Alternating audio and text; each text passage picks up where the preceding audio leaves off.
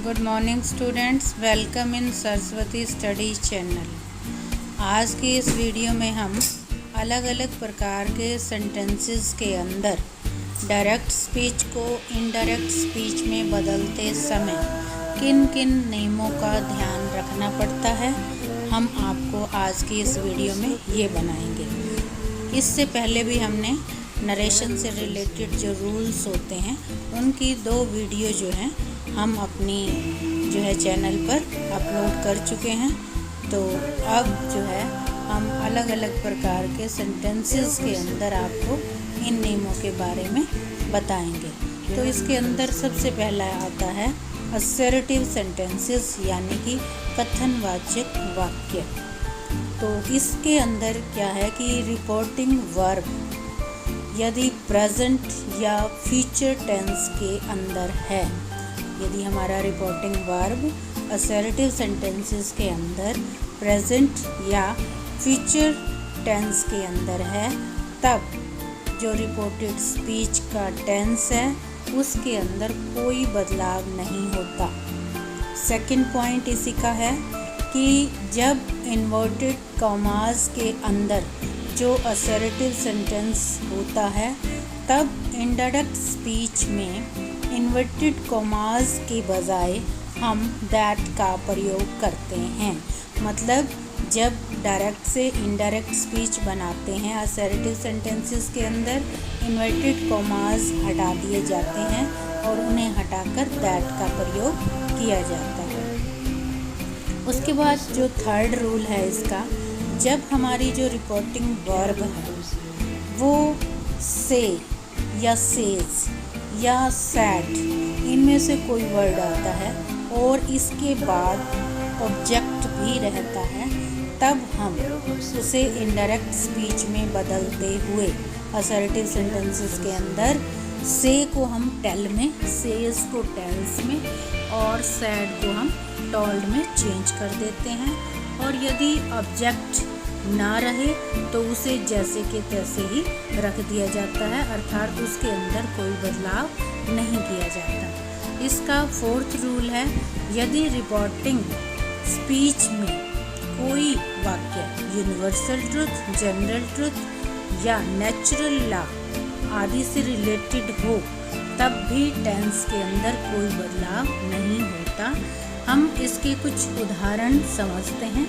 पहला सेंटेंस है Shivam says I am very happy. ये डायरेक्ट स्पीच है। अब इसका मतलब है कि शिव कहता है कि मैं खुश हूँ, तो ये जनरल ट्रूथ है। तो प्रेजेंट टेंस है, हम जनरली शिवम सेज चेंज नहीं होगा, इन्वर्टेड कॉमास को हटाकर दैट का प्रयोग करेंगे। आई फर्स्ट पर्सन है तो वर्ब की, रिपोर्टिंग वर्ब की सब्जेक्ट के अनुसार चेंज होगा, यानी कि शिवम के अनुसार शिवम बॉय है पुलिंग, तब हम ही आई इसको आई को ही में चेंज कर देंगे। ही के साथ हेल्पिंग वर्ब इज का प्रयोग होगा। उसके बाद एज इट, यानी कि ही इज़ वेरी हैप्पी। इसी तरह अगला सेंटेंस है, वे लोग कहेंगे कि मैं अच्छा लड़का हूँ, हिंदी के अंदर। और इसी का इंग्लिश ट्रांसलेशन है दे विल से, यानी कि फ्यूचर है कि वे लोग कहेंगे I am a good boy. ये डायरेक्ट स्पीच है, तब हम इसे चेंज करते हुए इस तरह से करेंगे दे विल से, क्योंकि प्रेजेंट और फ्यूचर चेंज नहीं होगा, इन्वर्टेड कॉमा हटेंगे, दैट का यूज़ होगा। आई फर्स्ट पर्सन है सब्जेक्ट के अनुसार, तो आई ना वे कहते हैं, तो he is a good boy, यानी कि चेंज नहीं होगा। उसके बाद जो सेकंड है रिपोर्टिंग वर्ब यदि पास्ट टेंस के अंदर है, तब क्या चेंजेस आते हैं असर्टिव सेंटेंसेस में। अब Sonam sad I am sad, Sonam ने कहा आई एम सैड, यानी कि मैं उदास हूँ, यदि हमारी रिपोर्टिंग वर्ब पास्ट टेंस में। अब यहाँ पर पास्ट टेंस के अंदर है वर्ब, यानी कि सैड कहा, तब हम इसे कैसे चेंज करेंगे, सोनम सैड, इन्वर्टेड कॉमास को हटाकर दैट का यूज़ होगा। आई फर्स्ट पर्सन सब्जेक्ट के अनुसार, शी और प्रेजेंट का पास्ट होगा शी वाज सैड। इसी तरह से अगला सेंटेंस है Shubham said to me I was going to school today. ये डायरेक्ट स्पीच है। अब सैड टू है तो सैड टू को हम टोल्ड में चेंज कर देंगे, इन्वर्टेड कोमा हटेगा, दैट का यूज़ होगा। आई का जो है ना शुभम सब्जेक्ट है तो ही, वाज है पास्ट है तो हम पास्ट परफेक्ट बनाएंगे यानी कि had been going to school today का दैट डे में चेंज हो जाएगा। इसी तरह Sunidhi said to Rachna I shall go to Mumbai next week. अब सैड टू है यहाँ पर तो टोल्ड हो जाएगा, Sunidhi told Rachna that. I का शी, शैल का वुड हो जाएगा, she would go to Mumbai. अब नेक्स्ट वीक है तो द फॉलोइंग वीक। अब हमारे आते हैं इंटेरोगेटिव सेंटेंसेस यानी कि प्रश्नवाचक वाक्य। इनके अंदर जो है ना डायरेक्ट से इनडायरेक्ट स्पीच में बदलते हुए किन किन नियमों को ध्यान में रखेंगे। तो इंटेरोगेटिव सेंटेंसेस के अंदर जनरल बात है कि प्रश्न पूछे जाते हैं, तो इसके जो नियम हैं वो निम्नलिखित हैं।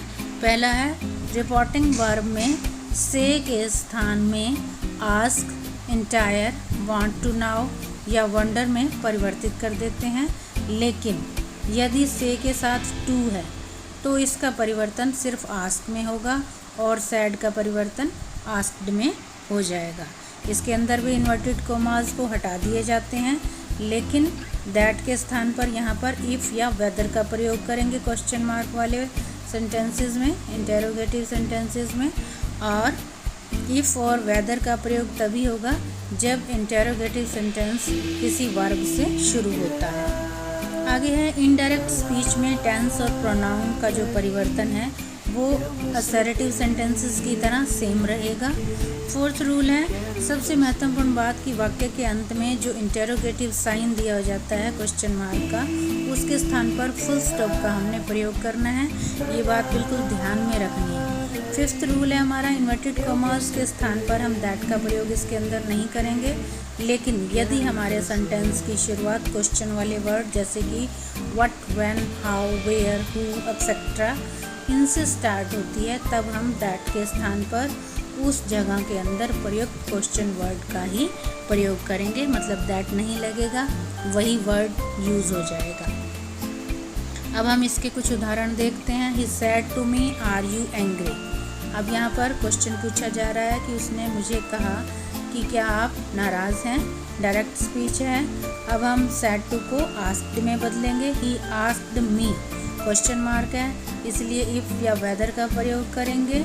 और जो है अब फर्स्ट यू है सेकंड पर्सन तो सेकंड को ऑब्जेक्ट के अनुसार ऑब्जेक्ट मी है यानी कि आई, और प्रेजेंट का पास्ट यानी कि आई वॉज एंग्री और फुल स्टॉप का यूज़ होगा। इसी तरह I said to Sunidhi what do you want, तो सेड टू को आस्क्ड में बदलेंगे, वट का वट लगेगा इन्वर्टेड कोमा को हटाकर वट, और यू की जो है ऑब्जेक्ट के अकॉर्डिंग शी आ जाएगा, और वांट जो है वो फर्स्ट फॉर्म है तो यानी कि सेकंड फॉर्म हो जाएगी, पास्ट में चेंज होगा, शी वांटेड।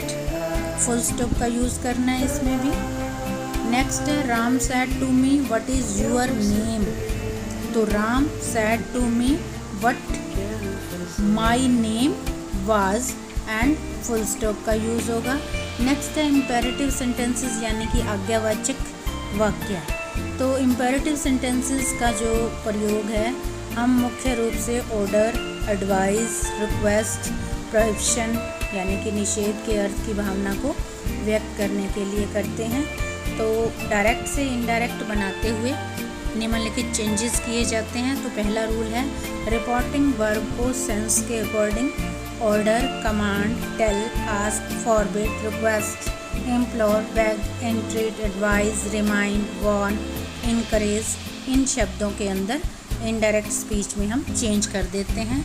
उसके बाद सेकंड रूल है इसका कि ये जो क्रियाएं होती हैं इनके साथ ऑब्जेक्ट साथ में अवश्य होना चाहिए, जैसे कि ही ऑर्डर्ड टू गो, लेकिन ये सही नहीं है, बल्कि इसमें हमें इस तरह से बोलना होगा ही ऑर्डर्ड मी, यानी कि ऑब्जेक्ट होना चाहिए। इसलिए अगर डायरेक्ट स्पीच के वाक्य में आज्ञा किसे दी जा रही है ये नहीं होगी तब हमें दिए हुए वाक्य में वर्ब के अनुसार ऑब्जेक्ट लिखना ही होता है। थर्ड रूल है इसका, डायरेक्ट स्पीच में रिपोर्टिंग वर्ब के बाद ऑब्जेक्ट रहे ना रहे, इनडायरेक्ट स्पीच में रिपोर्टिंग वर्ब के साथ ऑब्जेक्ट हमेशा दिया जाता है। इसके अंदर हमें इन्वर्टेड कॉमास को हटाना है और उसके स्थान पर टू या फिर नॉट टू का यूज़ कर देंगे सेंटेंस के अकॉर्डिंग। इसके कुछ उदाहरण दिए जा रहे हैं। The teacher said to the student, object है यहाँ पर। ब्रिंग अ पेन, यहाँ ऑर्डर दिया जा रहा है, इसलिए सेड टू को ऑर्डर्ड में चेंज कर देंगे और इन्वर्टेड कॉमास को हटाकर टू का यूज़ करना है, बाकी as it to bring a pen. Next sentence है इसका, my father said to Shivangi keep quiet. तो यहाँ पर भी ऑर्डर दिया जा रहा है, तो ऑर्डर्ड सेड टू को हम ऑर्डर्ड में चेंज कर देंगे और इन्वर्टेड कॉमास को हटाएंगे, टू का यूज़ होगा टू कीप क्वाइट। नेक्स्ट है हमारा, the father said to his son don't drink wine. तो इसे जब चेंज करेंगे सेड टू को प्रोहिबिटेड यानी कि मनाही की जा रही है हिज सन, ठीक है। इन्वर्टेड कॉमास को हटाएंगे, फ्रॉम का यूज़ किया गया है, फ्रॉम ड्रिंक वाइन। आगे है ऑप्टेटिव सेंटेंसेस यानी कि प्रार्थनावाचक वाक्य। तो इसके नियम हैं, ऑप्टेटिव सेंटेंसेस का प्रयोग प्रेयर, विश, ब्लेसिंग या कर्स यानी कि अभिशाप जिसे हम कहते हैं कि फीलिंग को व्यक्त करने के लिए। तो डायरेक्ट स्पीच से इनडायरेक्ट स्पीच में चेंज करते हुए हमें निम्नलिखित रूल फॉलो करने पड़ते हैं। सबसे पहला रूल है, रिपोर्टिंग वर्ब में से सैड को सेंटेंस की सेंस के अकॉर्डिंग प्रे या प्रेड, विश या विश्ड, ब्लेस या ब्लेस्ड, कर्स या कर्स में चेंज किया जाता है और इन्वर्टेड कॉमास को हटाकर इसके अंदर दैट का यूज़ किया जाएगा। ऑप्टेटिव सेंटेंसेस को हम असर्टिव सेंटेंसेस में चेंज कर देते हैं। फॉर एग्जांपल यानी कि सब्जेक्ट के बाद हम वर्ब का यूज़ करेंगे और वाक्य के अंत में हमें एक्सक्लेमेशन साइन जो दिया होता है उसे हटाकर फुल स्टॉप का प्रयोग करना है। इसके कुछ उदाहरण से समझते हैं, जैसे the mother said to me may you live long. तो यहाँ पर ब्लेसिंग दी जा रही है, इसीलिए सेड टू को ब्लेस्ड में चेंज करेंगे, दैट का यूज़ होगा इन्वर्टेड कॉमास को हटाकर। यू सेकंड पर्सन है तो ऑब्जेक्ट के अकॉर्डिंग आई आ जाएगा, make a might live long, full stop का यूज़ होगा। ऐसे ही the father said to me may God bless you, यहाँ पर भी विश की जा रही है, तो the father wish that God make a might bless मी।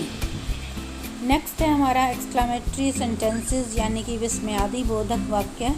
तो इनके अंदर क्या होता है कि या तो जॉयस या फिर सॉरो, सरप्राइज, एंगर, कंटेम्प्ट जो है, अप्लास, रिग्रेट, इस भावना को व्यक्त करते समय हमें डायरेक्ट से इनडायरेक्ट स्पीच में चेंज करने के निम्नलिखित रूल हैं।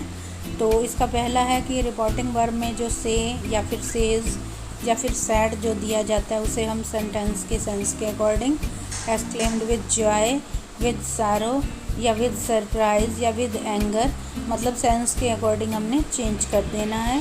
नेक्स्ट है इन्वर्टेड कॉमा को हटाकर हम दैट का यूज़ करेंगे और इसके अंदर जो ओ या लास या ब्रेव या हुरे इस तरह के वर्ड दिए जाते हैं तो सेंटेंस में हम ये हटा देते हैं जब हम इनडायरेक्ट स्पीच में चेंज करते हैं। नेक्स्ट है सेंटेंस के अंत में जो एक्सक्लेमेशन साइन दिया जाता है उसे भी हटाकर फुल स्टॉप का यूज़ करेंगे।